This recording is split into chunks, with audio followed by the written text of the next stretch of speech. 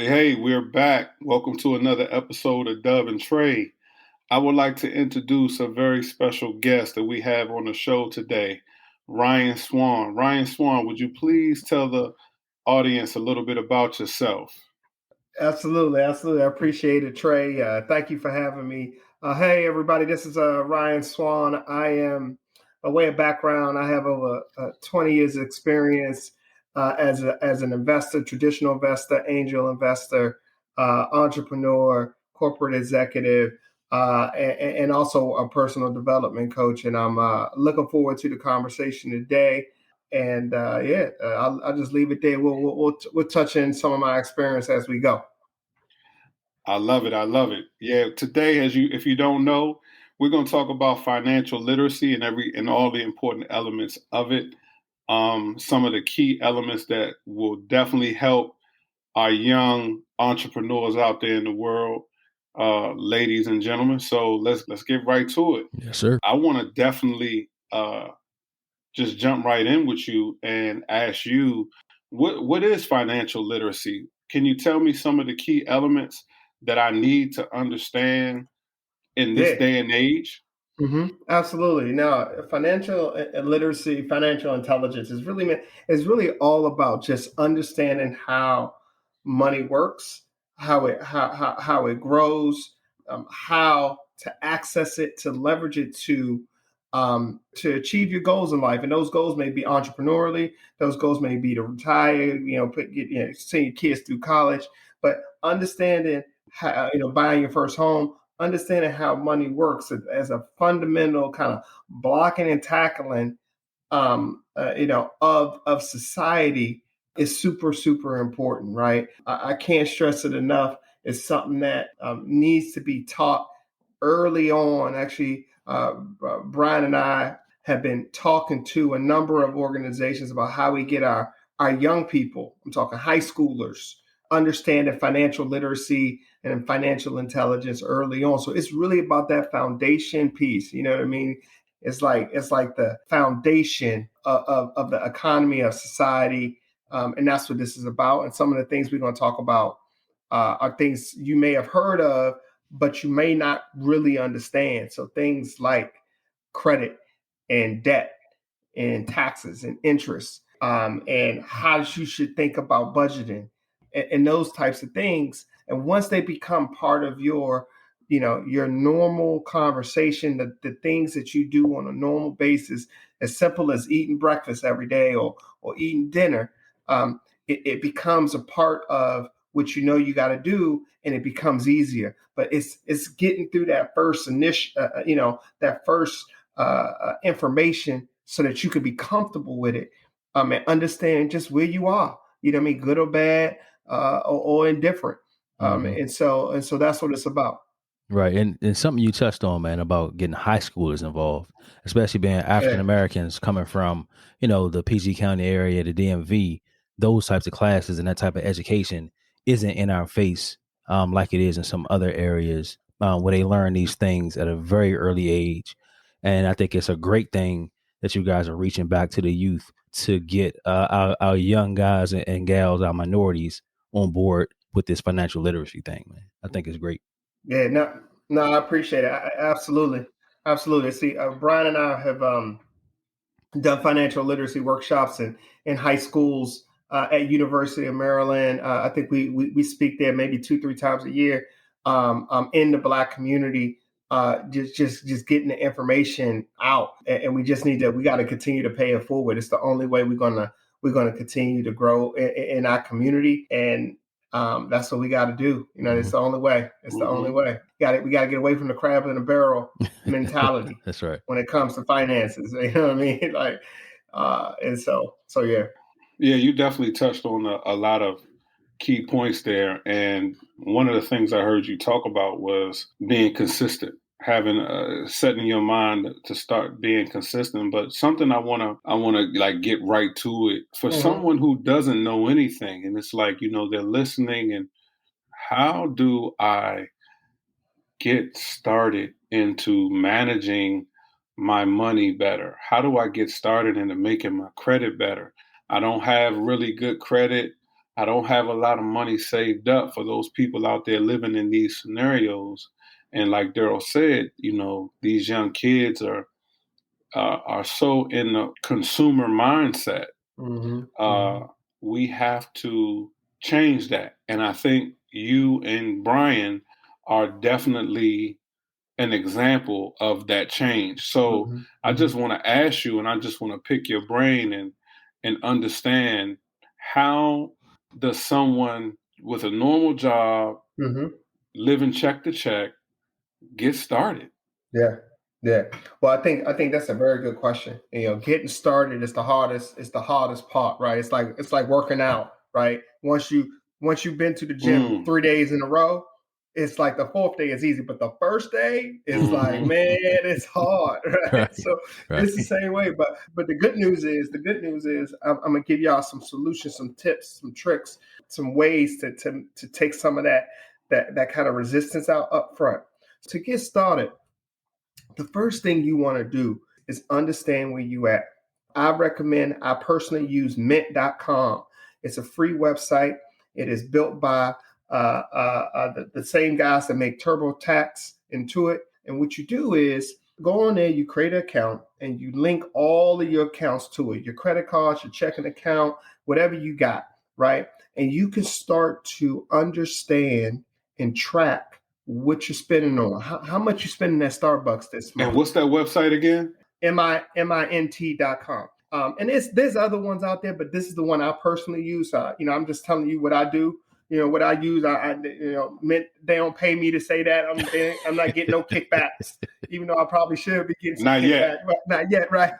But what that's going to do is that's going to allow you to understand where you're spending your money at. Okay. And once you know where you're spending your money at, you can have a conversation with yourself and say, is that aligned with my priorities? When I say where I'm trying to be next year, I want to buy my house. I want to buy a house for the first time, buy a condo or a townhouse, whatever it is. I want to plan for a vacation, to take the family to vacation. Am I moving towards my goals? Where's my money coming in? So I think the first thing you got to do, you got to understand what you got. Then you got to set some goals, right? And decide how important it is to you, so that you can move your money that way. And when you start to understand how much money you're spending, it's mind blowing. I think, Daryl, you said a second of that consumer. We got a consumer mentality in our community, but because we don't track our money, because we don't see it on paper, we don't see it on paper. Yeah. That's right. And so that's where I would recommend people starting. Once you see that, now the next step is to say, okay, I see where my money is going. But in order to do that successfully, this is just, once again, I'm going to keep it 100. I don't pay nothing in cash. Why? Because I'm trying to track everything. And I'm trying to make it as easy as possible. So I know if I use my debit card or my credit card, it's going to show up in my Mint app on my phone. I can log into the website. I can tell you at any moment how much I pay this month in food, in groceries, in gas, in electric bill, utility, etc. Right? So I know where my money is going. Everything's tracked. And so everything's tracked. Those data points are going to inform my process and how I can start to rebuild my credit, or get out of debt, or save for a big expense like a house or a car, or whatever the case may be. And so it's putting in these little habits up front that's going to allow you to do the bigger things down the line. It's like, listen, you can't just come out the gate ready to run a marathon. You gotta put in some practice, and you're gonna start with the basics, right, and go from there. And so that's why I suggest folks to start. And everybody can do it. We all got smartphones. Everybody's bank is practically online. You know what I mean? Everybody's probably paid electronically, direct deposit. You know what I mean? So however you're getting paid, things like mint.com will show you how much income you got coming in after taxes, and then where that money is going. And that's where you start. Okay. So, and based on what you're saying, this is just the first step. This is just the first step. Just the first step. Yeah. Go ahead, Doug. I was going to say, one thing interesting that you just said was about paying everything on a card. where I think going back to young people and kind of what is being shown from society, music, or wherever we get our information from, it makes you believe that cash rules everything, right? You don't really hear too many people talking about money from an aspect of tracking it via, a card and not using cash. It's like our young people are being pushed more and more to use cash for purchases and kind of going away from putting their money in banks and tracking in a card in the way that you're speaking of. So I found that pretty eye opening. Yeah, absolutely. And I think, it's kind of like when you got $100 in your pocket, it's like burning a hole in your pocket, right? You just got to, you know it's in there, so you feel like you got to do something. That's right. You're gonna find something to spend it on. You're gonna find something to spend it on. You're gonna look up. And like, dang, where did my check go? Like from the last 2 weeks, right? I mean, I know I had to eat, but I should have some money left. And that's because our ability, our mental capacity to be able to remember every transaction, like you just can't mentally do that, right? Unless you a savant or something, you know what I mean? You got a beautiful mind. That may be you, great, but that's not me. You know what I'm saying? Right. So you got to have a system, a way to say, hey, either you're going to track it all, or you're going to say, listen, as soon as I get all my money, my check come in, I'm going to put X number of dollars aside. That's going to be to pay myself, to pay my bills. And then this little money over here is my discretionary, and I can put that in my pocket. And I know that's discretionary, but I'm only doing that after I've already set aside the things that I got to pay and the things I'm planning for. When I say pay myself, I'm talking about paying the things that's going to matter for me, whether it is retirement, investments, insurance that I know I got to take care of me and are not like bills. Once you got that done, you're gonna have some discretionary, and you can do it that way. But I really think that in this day and age with technology and the way we shop online post COVID, majority everything done gone online now. You know what I mean? Even buying food, right? Everybody, you can do a curbside. You know what I'm saying? You just on the phone. So that's what I suggest folks do, and that's kind of a way to start. That's very interesting that you say that, because basically you're saying that if you don't use cash, you are allowing yourself to create a system where you can prioritize your money and your funds and identify the waste, so to speak. But you're not able to do that if you consistently just use cash flow, because you're not able to see and prioritize from a data perspective, I would say. That's right. If you all in cash, I challenge you. If you right now do everything in cash, I challenge you to think back over the last 3 months and tell me how much you spent on Starbucks coffee. I would challenge you to do that. If you could do that, I'm like truly impressed. Like, like I feel that every time. Facts. Another thing I'll point out is something that you stated. The concept gets, I think, twisted. So when I was in my early 20s, when someone would tell me, pay yourself first, that comment to me meant that's my spending money. I'm about to go buy me something. I'm about to go take this money. I'm paying myself first. This is my entertainment money, right? And the definition of that term, pay yourself first, is not what a lot of people thinks it means. And I'm glad you clarified the meaning of what that actually means. It doesn't mean pay yourself first and this the money you go to the bar with, this the money you go buy the shoes with and the clothes with, right? That's not what that means. No, you're absolutely right. It means that you are going to pay yourself so that you can achieve your goals in life, and for yourself, your family, whatever they may be, right? And you should have some goals, right? I want to buy a house. I want to, retire at the age of 65 or 55 or 45 or whatever it is for you. Tomorrow. You know what I mean? Tomorrow. That means that means that when that money come in, that means that chunk of change that you pay yourself is significant if you want to retire by the age of 45, right? Or whatever it is. So, and don't get me wrong, I'm not saying that you can't have some discretionary income so that you can have a social life. Listen, we social beings. We are communal people, right? We like being around people, and it's good for your soul. It's good for fellowship, with the community, all that stuff. But you got to do it in a responsible way. I look at it like when I hit my goals, when I hit some milestones, boom, then I'm gonna reward myself for hitting those milestones by doing XYZ, taking a trip, whatever it is, buying the new set of shoes, new set of kicks, whatever Having it is. a good drink. Right? That's right. Having a good drink. That's right. You know what I'm saying? So some top shelf type stuff. Top shelf. That's right. Well, on that note, let's go to the next phase. I mean, you touched on, creating a system that's going to allow you to figure out how to save money. That's going to allow you to figure out how to identify the waste where you can save money, but establishing credit. Can you talk to us about establishing credit? How, for those folks out there that are, I'm not sure what the data points are, but I think half of America has a credit score of under 600, if not 40 to 50% of Americans. So, and it may be part of it has to do with creating that system that you talked about.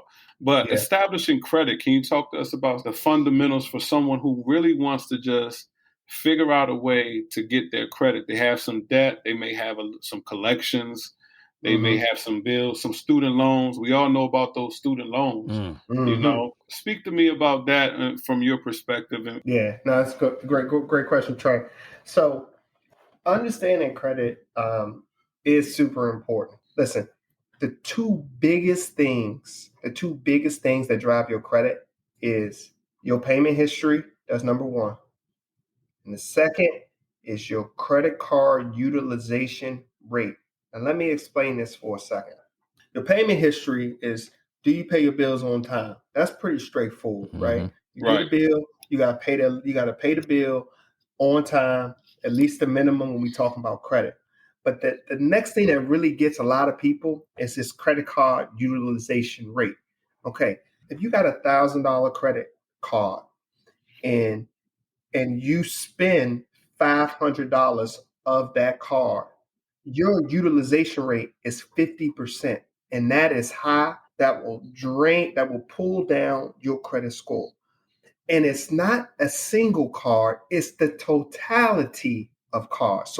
So if you have multiple cards, you add up all of your available credit, take that number. So now let's say you got 3 cards each with $1,000 available to you. So you got a total of $3,000, right? Now, if each of those cards each have you spent $500 on each card, then you got a total outstanding balance on your credit report of $1,500. Available to you is $3,000. Therefore, it's 50% utilization. Now, here's this. Now, some people will say, well, Ryan, I'm gonna pay this card off and then I'm gonna close the account. Okay. That's actually not the way you want to do it. And I've heard people say that. Yeah, that's right. Because here's what's going to happen. When you pay the card off, right? That helps. Paying the card off is the part that helps. Okay, when you pay the card off, you're reducing the numerator, the amount of outstanding balance. Right. But when you close the card, you are reducing the denominator. Right. And so what you want to do is keep as low utilization as possible. So yes, should you pay your cards off every single month? Absolutely. Can everybody do that? Absolutely not. Right. But what you got to understand is this utilization rate is super important to your credit score. Like, it will move your credit score 50, 60, hundreds points more. Wow. Right. But these two things are the most important things, right?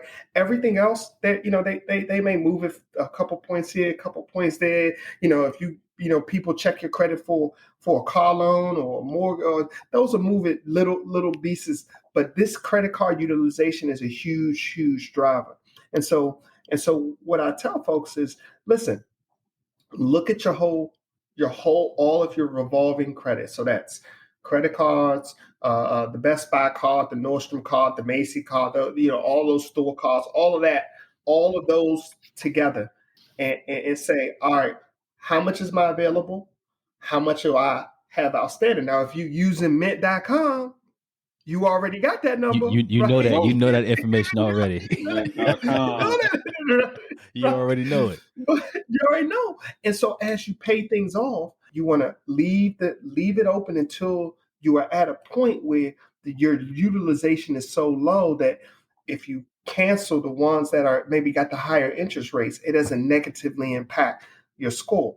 And so you also got to consider that some of these cards got annual fees and things like that. Right. And you gotta take that into account whether or not you close it. But just because you paid a card off and didn't close it, that closing it can actually mitigate the improvement of the score from you paying it off, because it's almost like you just took it out of the equation. Right. Even though you work so hard to pay it off and get it to a zero balance. Right. You right back at that 50% utilization. That's right. Yeah. Right. I'm trying to get you to 25% utilization. Right. You see what I'm saying? And that's how you got to think about it. Payment history and utilization rate. That's right. Utilization of your credit cards. That's right. Now, the third thing you got to really think about is understanding your credit report. You need to pull your credit report. Let me say it again. You need to pull your credit report. You need to go to freecreditreport.com, freekarma.com, and pull your report. Pull that shit. As ugly as you know it might be, Right. you gotta see it on paper, man. That's right. An ugly report. I know y'all report's ugly out there. That's right. And sometimes you find things on there that hey man, I paid that. I know I paid that. I got to get them to get that off of there. Or what's that? You guys have heard all of the cyber attacks, and Target got hacked, and this company got hacked, and what I mean. And so the Social Security numbers are out on the black market, and so there could be somebody in Wisconsin. Nothing against people in Wisconsin, but it could be somebody out in Wisconsin opening up an account on you, and you not even know, right? And so you pull your credit report, and you need to make sure that everything on there is legit, is right, is accurate. And if not, there's buttons on there just to dispute it. I paid this off, or this is not my account. I didn't authorize it, whatever the case is, so that you make sure that that the things that you're working on are the things that's on your report, so that you can get to where you need to be. And this credit is important because it impacts your interest rates on mortgages and car notes and all of those things, and student loans. All of that is impacted by your credit score. And so you gotta take a look at it. Can you talk to me about, you said if something's on there not accurate, you mentioned the word dispute. Can you elaborate on what that means? Yeah, so what that basically means, listen, so there's 3 credit bureaus, right? Equifax, Experian, TransUnion. These are the 3 credit bureaus that track the population in regards to your credit score. Now, your bank, your creditor, Best Buy, whoever got that revolving account, they're reporting to these credit bureaus on a monthly basis. On a monthly basis, they're reporting it usually right around the time after your statement comes out. Now, if something on that report, sometimes they make mistakes. You know what I mean? So these systems, these systems and people that work at companies, sometimes they make a mistake. You know what I mean? Right. And so the Fair Reporting Credit Reporting Act basically says, listen, as an individual, I have a right to dispute something, and the credit bureaus, that Equifax, for example, they have a whole division designed to take those disputes, investigate with the vendor, and determine whether or not it's actually yours. And the vendor then is on the hook to respond to to Equifax by a certain number of days, depending on the type of account and how much and all of that, to get it resolved. And so all you got to do as an individual, if you think it's wrong, is to initiate the dispute. Is literally you click a button, you explain, usually got a drop down and It's say that simple. Just click a button. Click a button.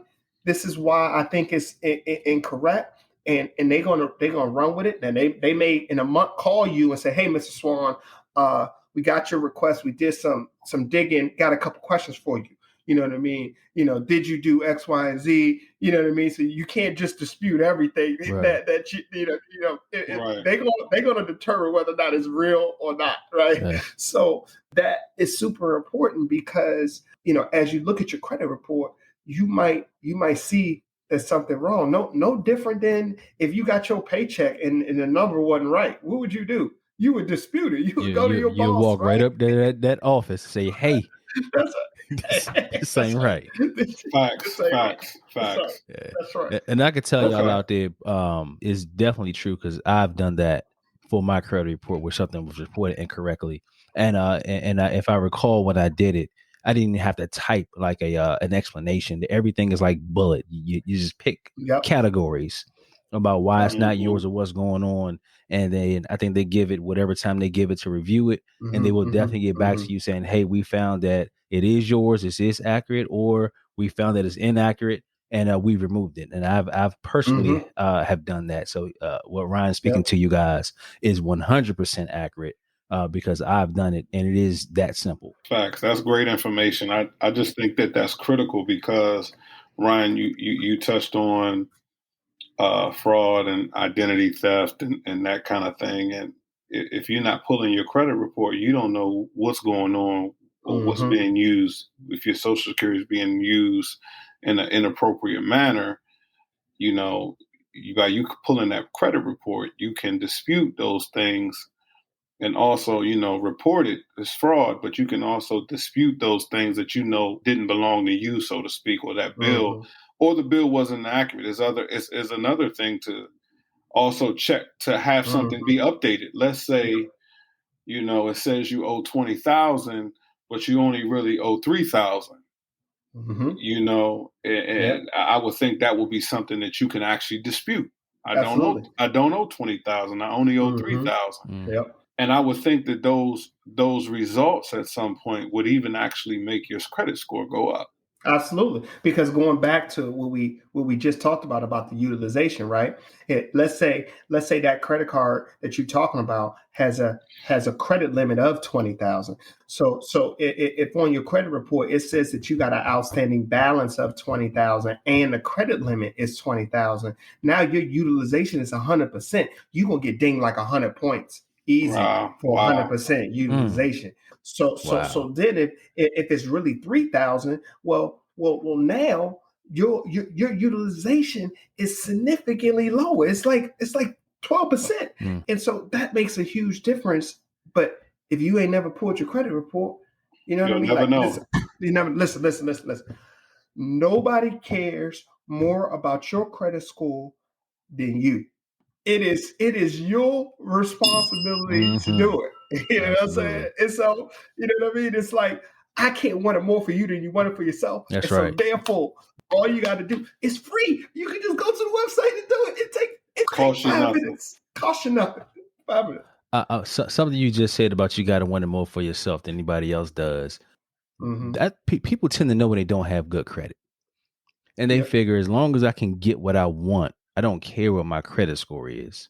As long as I can get what I'm looking to get, I don't care what my score is. So, you have that person who goes into a dealership or goes into to buy a home or whatever it is. And the salesman goes, oh, it's okay that your credit is horrible. We got loan people we work with that deal with people with bad credit.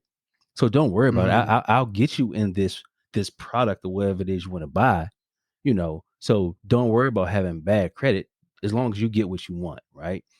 And I think the part a lot of people are missing is why pay $800 for a car for a car note? Yes, you might can afford it, but why pay 8 when you can pay 5?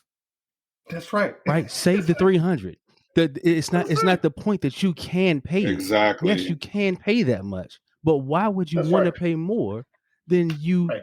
really have to, just by doing these simple things that Ryan is explaining to you all? That Yeah, mentality, I think, is that's right. causing a lot of our people to stay in this like bad credit place just because they can get what they want, dealing with these That's companies right. that give That's money right. with at these high APRs, and all you care about is I can pay for it and I got it. But why would you That's want right. it? That's right. And what Right. you got to do is, and this is listen, and nothing against car salesmen or anything like that. Mm-hmm. I got tons of friends that sell cars. Nothing against it. But you got to understand that when they come to you and they say, "Hey, we can get you in this car for this amount per month," and then you internalize that, and to your point, Daryl, is like, "Hey, uh, I can afford that." That's right. No, the question you should be asking is, what is the APR? How much interest am I paying? Because that is how much There you they go. are making on you, Mm-hmm. all because you did not take the time to go and understand your credit and fix your credit. You know what I mean? Somebody coming in make the same income as you that got good credit is paying significantly less for the same car, The same all car. because they just went and looked at their credit and made sure it was right and did a few things, did a little planning, you know what I mean, to make sure that they was paying their bills on time and utilization rates were low, and boom, now they get in the car they want and they take the rest of the money that they was given to the bank and they putting it towards their goals. That's right. They invest in it. They saving for the family vacation, take the missus on the vacation, right? Mm-hmm. So if you're not willing to do that, you know what I mean? You got to understand that you either the investor or you the investment. Right. You know what I'm saying? Like, Yeah. You either the investor Wow. or the investment. Yeah. And you have to really understand your principles and understand you have to really prioritize when you know and identifying what your credit is and that interest rate. You can apply it to, like Dub said, with the car, with a house. You can have two people in the same vehicle. One person can't put gas in that vehicle. The other person is living their life the way they want to live it right. and flourishing in different aspects and being able to invest and being able to do things.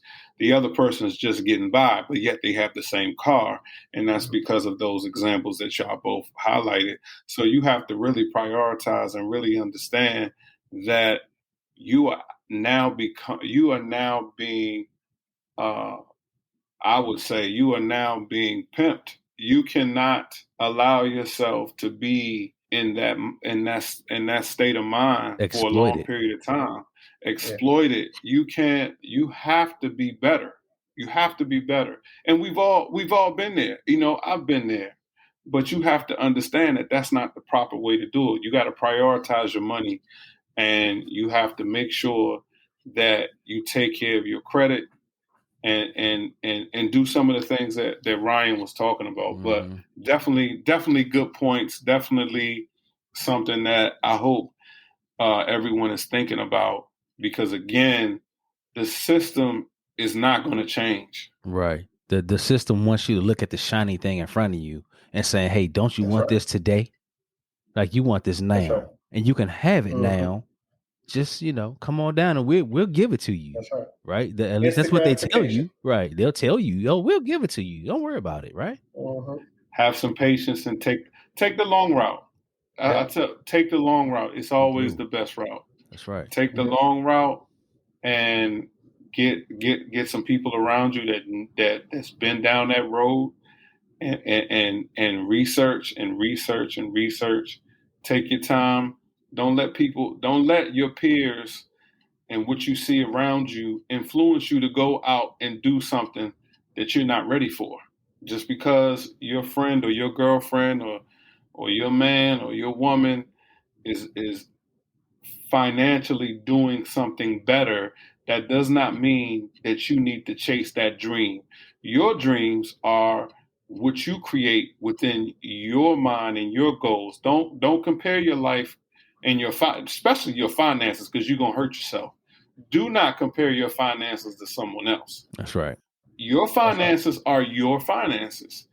Your liabilities and your obligations and your debt and your credit is your credit. It's no one else's. And don't compare it, because that's when you'll fall prey to influence, and you'll find yourself making mistakes that will cost you more in the long run. And I think that's just a maturity thing. I think when people are mature, it's not even age. I'm not talking about age. I'm talking about maturity. Right. You can be mature and immature at any age, right?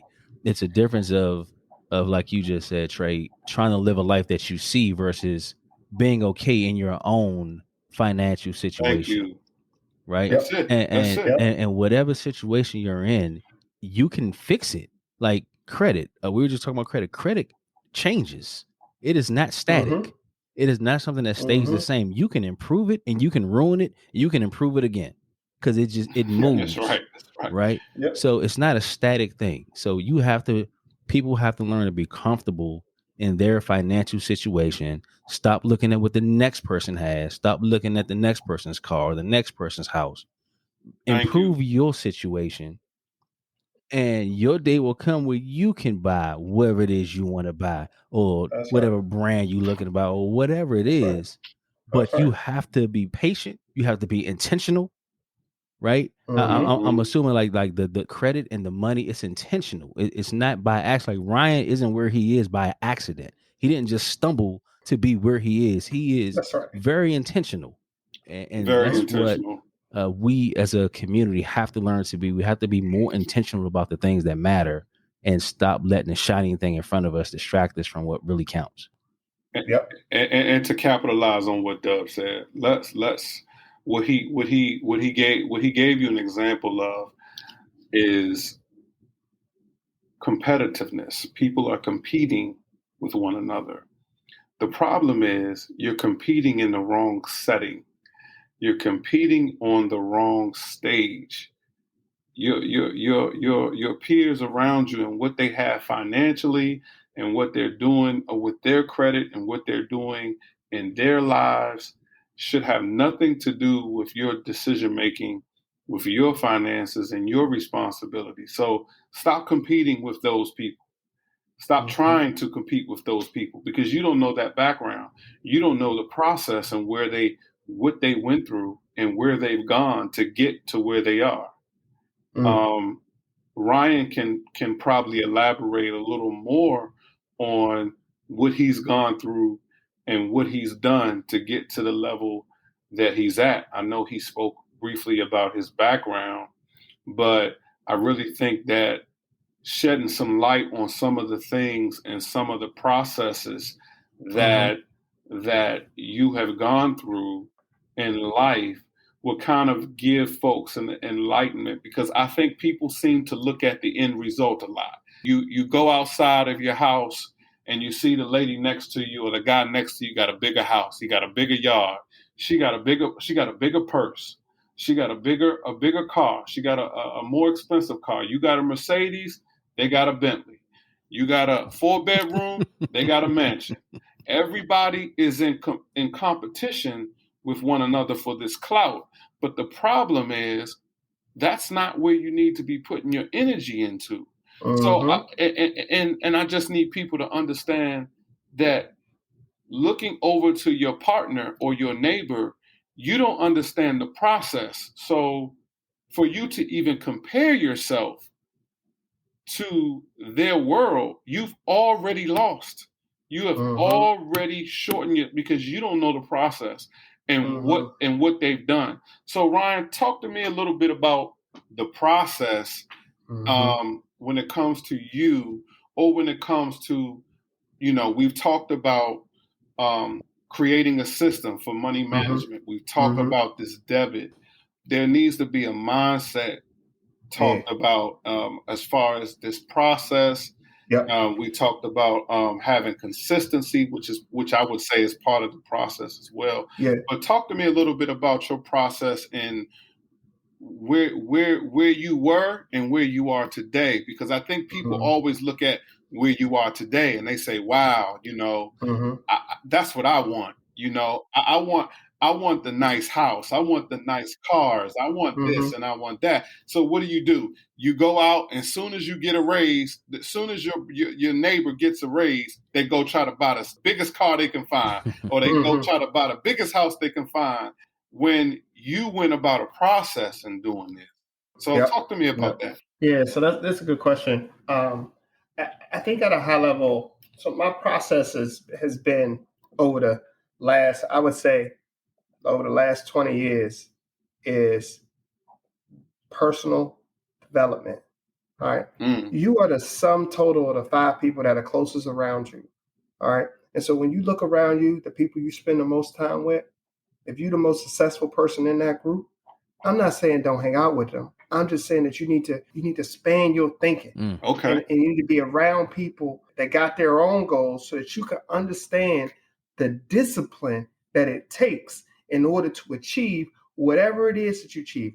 I'm not telling you to do what I do. What I'm telling you to do is apply the principles to whatever it is you want to do so that you can get to where you want to go. So you got to take all that energy, that competitiveness that Trey was just talking about, that trying to get what other people got. With the Joneses. Everybody want to be with the Joneses.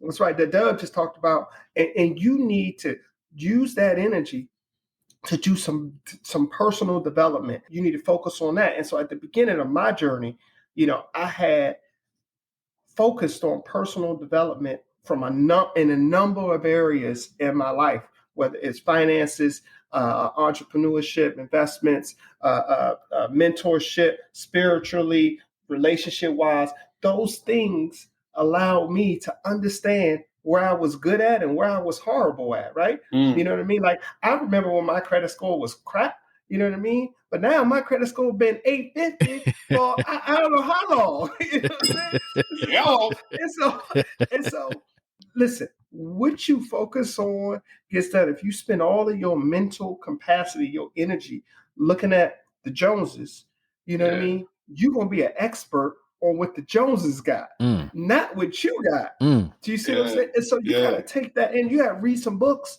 You know what I mean? Listen, man, I'm on the metro, right?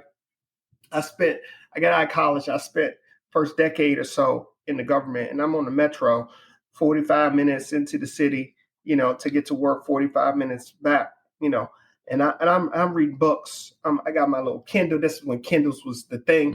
You know what I mean? I'm reading, I'm listening to podcasts like this one. I'm building my intelligence, my financial intelligence, so that I can start executing things when I do get that raise that Trey just talked about, so that I can execute it. And then I start understanding, you are the investment, you the investor or the investment. You know what I mean? A simple analogy. Here it is. You may be renting right now, right? Or you may be owning. If you renting, you are the investment. Absolutely. Somebody has built a building, a apartment, a condo, a single family house, right? And they renting it out to you, right? And you're paying the mortgage, right? But once that property becomes paid off, that's all passive cash flow for them, right? Because they invested something and they do that. Now, there's always a period, there may be periods in life where you got to rent. There's nothing wrong with renting. The question is, what is it that you want, right? And real estate is a great asset for investment. It is the thing when we say the American dream is like home ownership. Home ownership is a huge part of many majority of Americans at net worth is in their home. That's right. All right. That is because there's only so much real estate. But if you don't ever understand the differences between renting and owning, and you think that it's only about the per month cost, you are missing the big picture. Do you see what I'm saying? But you gotta take the time you gotta take a little time to understand it. And now with things like this podcast and YouTube and the internet, and your access to information is at lightning speed compared to when I was, when I first came out of high school, right?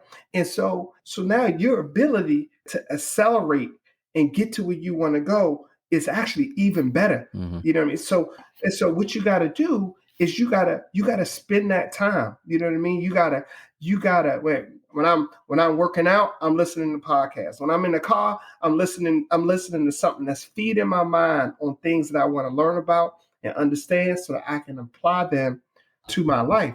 And then what you do is you put systems in place like Mint, like budgeting, like understanding your taxes, so that you understand where your money is going and what's working for you and what's not, right?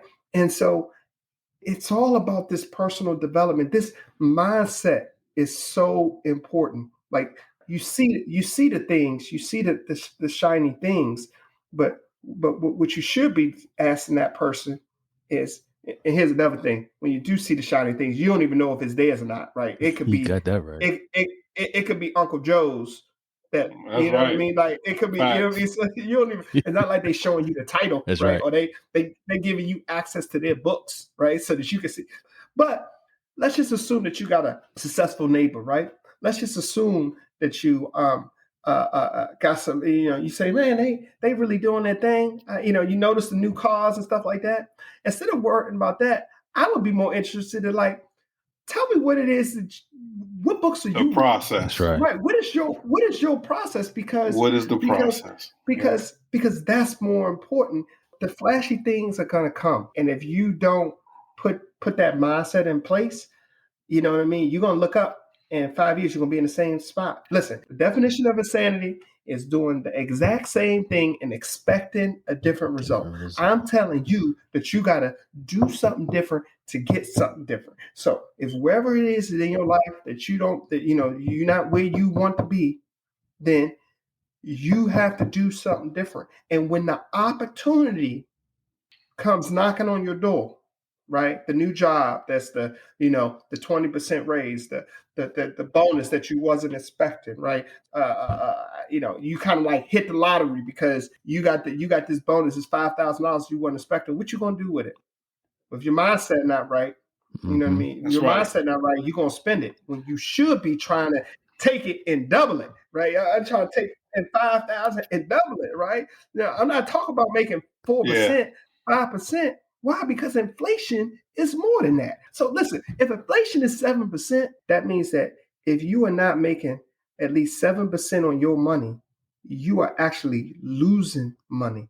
You can go to the gas pump and see the difference. I remember a time when you can go to the gas station and with like $2-3, you can get a couple gallons. It was like $1.25 a That's gallon, right. right? Like, you know what I'm saying? Like, Facts. but if you don't got the mindset, then you assume that when you get this opportunity, I'm gonna just put it in my bank account and they're gonna give me 0.1%. I'm gonna save it, right? You're actually losing money, Right. and you don't even know it, Wow. right? Wow. That's what this is about. So your mindset is so important. I would say this: if you people out there, if you owned a business and you wanted to grow your business, you'd be tracking, you'd be doing everything that Ryan is saying. You'd be looking at your dollars, you'd be looking at what you're spending, you'd be looking at where the money in the business is going. You'd be saying, well, why are we spending, this much on paper when we can get this paper over here for this much and save this? Like you'd be very particular about your business. And what I'm hearing is you need to treat yourself like you're a business. You need to run your finances like you're a business, because if you owned a business, you would be doing everything that Ryan is talking about already. Right. And I think people already have the Facts. capacity and they already have the mindset. I just don't think they know how to apply it to themselves. They don't look at themselves that way. Right. That's right. That's right. Wow, that's amazing. I mean, the process, mindset, and personal development. I really think personal development is big. I think in this day and age, people are very complacent and okay about where they are mentally. And I think that is a big issue when it comes to personal development. I need to be able to grow. I want to be able to grow. And a lot of times, a lot of my growth in my life came from when I was challenged. When somebody challenged something that I said or something that I did, I was able to take that moment and learn from that, either if it was a mistake or if it was something that I was enlightened by. I had to learn from that mistake or learn from something that I read or learn from something from somebody else. But like you said, Ryan, it's not about looking at what these people around you in your environment have. It's about picking that brain and picking out the personal development process in which they were able to learn on how to move through this society today. That's right. And then Dub, that comes back in to what you're talking about. You know, people having the mindset, they have it, but they don't. For some reason, we get caught up, and I'm speaking for myself. Sometimes I have to kick myself and say, "Hold on, this is not. I'm not comfortable. I need to be uncomfortable.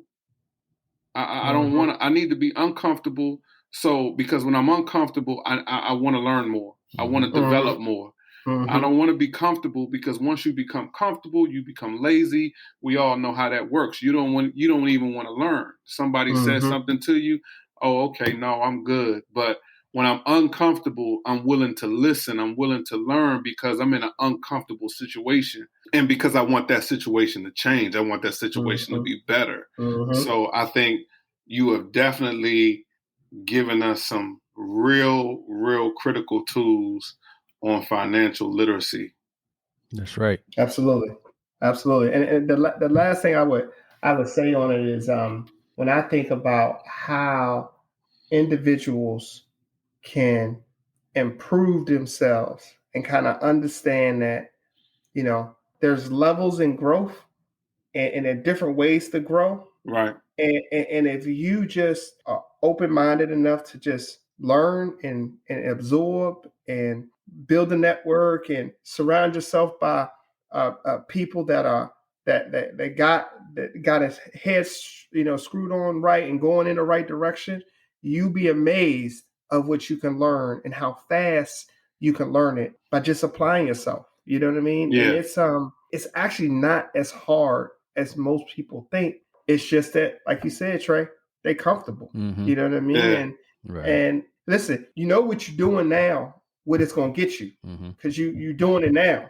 You know what I mean? The question is, do you want something different, more, better for yourself, your family, your kids, your community? And then what is it that you're willing to do to accomplish that, right? You need a vision board. Right. You need some goals. And then you start to grow, right? And then that's how it works. Yeah. That's how it works. From my experience, when I've been around people who think a certain way, they aren't complacent.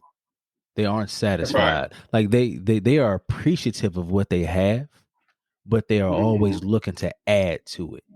They're never complacent to where they stop where they are and say, you know what? I think I'm good right here. I think I'm gonna stop learning. I think I'm gonna stop growing. I think I'm gonna stop adding value. I think I'm gonna stop trying to figure out how to make more money. Right. And the difference in those two mindsets is where someone may look at someone else and go, man, I know this particular person makes, $2 million a year. Why does he want to make $4 million? If I had $2 million, I'd be good. I wouldn't need 4. I just need 2. Well, the difference is the mindset, right? The mindset. When you're in that mindset, it's not about the dollar amount. It is, but it isn't. But it's also about just the mindset of not being complacent. You're always trying to find ways to improve everything that's in your life. Like Ryan touched on, whether it's spiritually, mentally, all the things he said about his journey, he's constantly trying to improve those things. And that's right. And lifelong learning. Yeah, lifelong learning. Absolutely. And that's 100% what I get out of hearing you speak and being in your presence, is that you're not a person who is complacent, and you're not a person who, even with all your knowledge and everything that you know and all the sharing you do with everything, you're not a person who believes you know everything already. Nowhere near close. Nowhere near. And no, I appreciate that, Dub. I think people should know, like I'm just like you. Only difference between me and you is what you spending your time on. Right.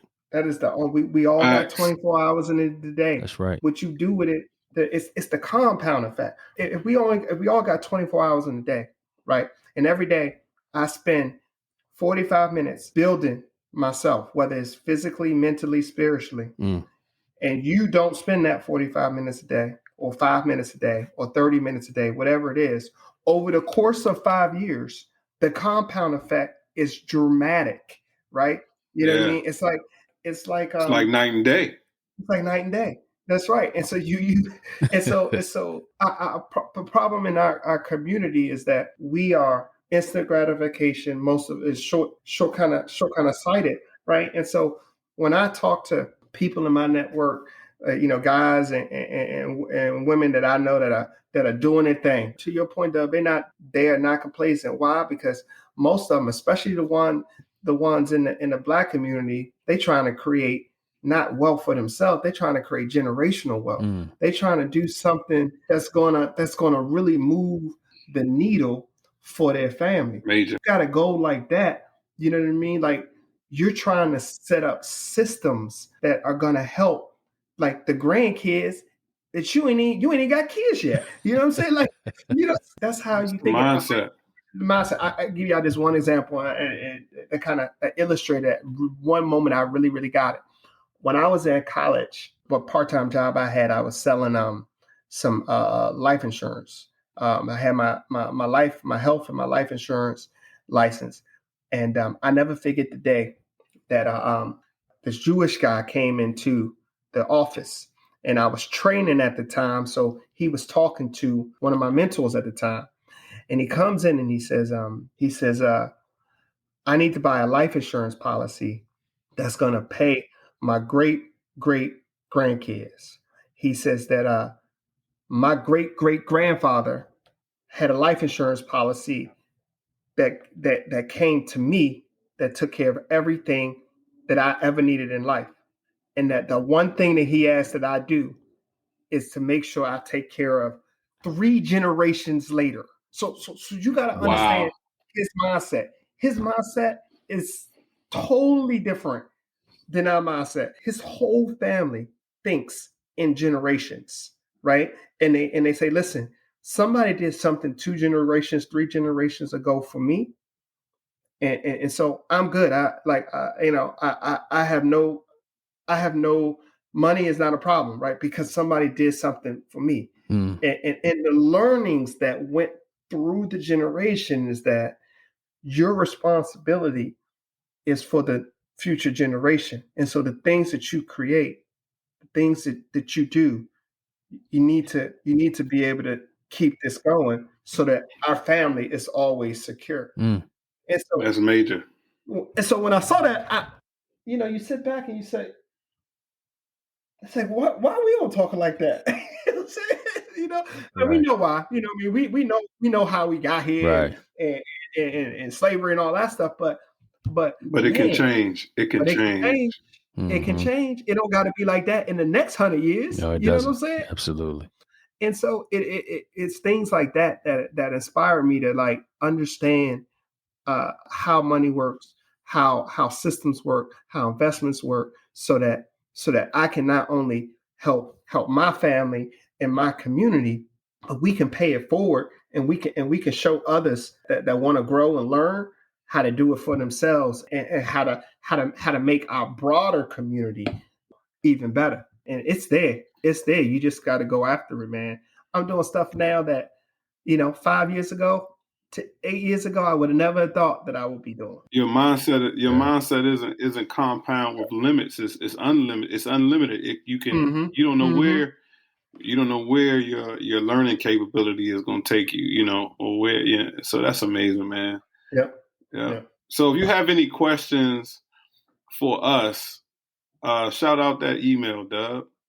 You can hit us up at dubandtrey@gmail.com. We plan to have Ryan and Brian on the show regularly as our financial experts, bringing that heat, bringing you guys and gals all the information you need about credit, your finances, taxes, anything that's revolved around not only just money, but like Ryan talked about, your mindset and how you look at money, how you look at credit, how you approach your taxes. And we're going to have a lot more of these kinds of episodes. This conversation was excellent. Right now, out of the 3, this is definitely my favorite one. Without a doubt. And I want to thank you, Ryan, for coming on and definitely dropping this great information. Please definitely plug your information and how people can reach you as well. Just follow us on IG. When we do things, we post everything on IG at Twin Swann on IG. And Brian Swann, Swann Brian on IG. Just go there. We're going to be pushing out our new site out soon. Listen, man, this was awesome. I think we gotta keep having these conversations. If you got questions about anything financial related, get it to Trey and Dub and let's have a conversation about it. And what I'll promise you is I always give you facts on what I've learned, where I learned it. I ain't create the game. You know what I mean? I'm just a student of it. That's just how I approach it. And so I'm looking forward to more conversations. Appreciate y'all having me on, and let's keep doing it. For sure. Let's definitely keep doing it, man. And we're going to pass this on to the generations and the generations, because that's the ultimate goal. Mm-hmm. So thank you, Ryan Swann. And we out, man.